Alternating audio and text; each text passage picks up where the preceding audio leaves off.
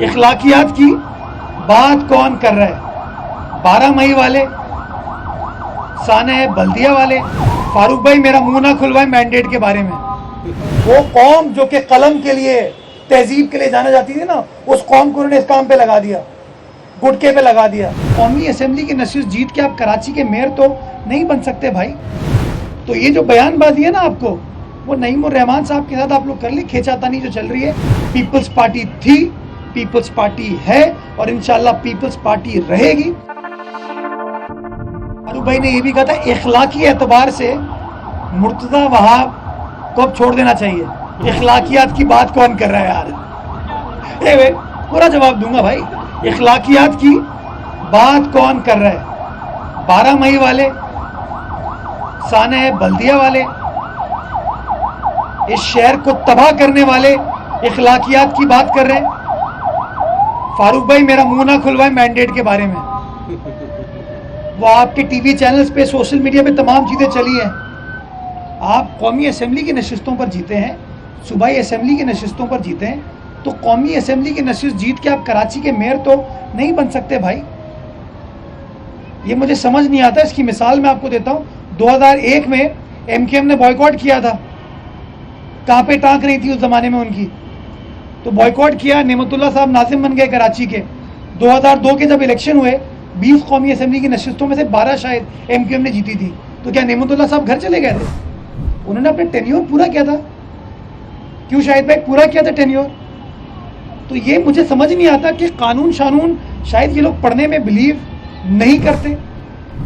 चीज बड़ी वाज़ेह है, चीज बड़ी क्लियर है। फारूक भाई हमने आपको कहा था कि जब 15 जनवरी को इंतखाबात हो रहे थे 2023 को, हमने कहा था भाई इलेक्शन लड़ लो आप। लेकिन पता नहीं क्या आपकी उस जमाने में जमात इस्लामी से अंडरस्टैंडिंग थी, क्या आपने फैसला किया कि आप इलेक्शन नहीं लड़ेंगे और आपकी नशिस्तें जमात इस्लामी के पास चलेंगी, हमारे पास नहीं है आपकी।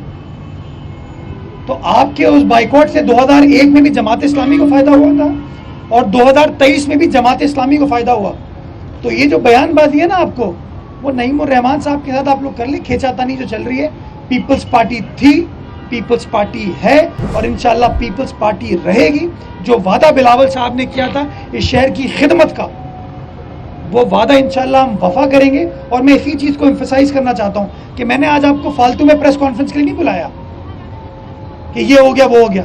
मैं हमेशा प्रेस टॉक करता हूं, मीडिया टॉक करता हूं, डेवलपमेंट ओरिएंटेड करता हूं, काम से रिलेटेड करता हूं। और आज कराची की आवाम सिर्फ एक चीज चाहती है कि काम होना चाहिए। तो मैं तो बड़ा बरमला कहता हूं भाई प्रेशर वैशर छोड़ दो, ये मुझे अभी कागज दे दीजिएगा, मैं बट ठीक ओ यार कर देते हैं। पता नहीं आपका जाती क्या मसला है उससे। सिर्फ एक सुन ले मेरी बात, सवाल कर लिया आपने, जवाब सुन ले। एक गोश्त मुलाजिमीन नहीं है शायद, ये तो पता नहीं इन लोगों ने क्या किया कि शहर के साथ। वो जो साहब कह रहे हैं ना इखलाकी एतबार से, वो इखलाकियात का दर्ज देने वालों ने जो इस शहर के साथ किया ना, एक साल में 2006 में वाटर बोर्ड में 6,500 बंदे भर्ती किए थे।